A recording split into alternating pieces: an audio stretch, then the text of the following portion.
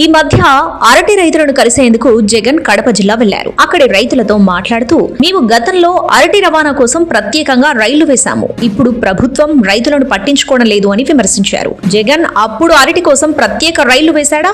ఇప్పుడు కూటమి ప్రభుత్వం వాటిని ఆపేసిందా అంటే నిజం ఇది. కేంద్ర ప్రభుత్వం 2020కి కిసాన్ రైలు అనే కొత్త రైలు తీసుకొచ్చింది. పాలు, పండ్లు, కూరగాయలు లాంటి త్వరగా పాడయ్యే వ్యవసాయ ఉత్పత్తులను గ్రామాల నుండి నగరాలకు రవాణా చేయడం కోసం ఈ కిసాన్ రైళ్లను ప్రవేశపెట్టారు. దేశవ్యాప్తంగా 167 రూట్లలో ఇప్పటి వరకు 2364 రైళ్లు నడిపారు. రైల్వే భాషలో రైల్ అంటే ట్రిప్ అని అర్థం. గుంటూరు నుండి చెన్నైకి ఒకసారి వెళితే దాన్ని ఒక రైలు కింద లెక్కిస్తారు. అదే రైలు చెన్నై నుండి గుంటూరు తిరిగి వస్తే దాన్ని ఇంకో రైలు కింద లెక్కిస్తారు. అంటే కిసాన్ రైళ్లు ఈ 5 ఏళ్లలో కేవలం 2364 సార్లు మాత్రమే వ్యవసాయ ఉత్పత్తులను రవాణా చేశాయి. ఈ రైళ్లకు ఆశించినంత స్పందన లేకపోవడంతో ఇప్పుడు వాటిని రెగ్యులర్ రైళ్లలా కాకుండా డిమాండ్ ని బట్టి నడుపుతున్నారు. సో కేంద్రం దేశవ్యాప్తంగా నడిపిన కిసాన్ రైళ్లను తానేదో తీసుకొచ్చినట్టు జగన్ బిల్డప్ ఇస్తున్నాడు తప్ప జగన్ కి అంత సీన్ లేదు.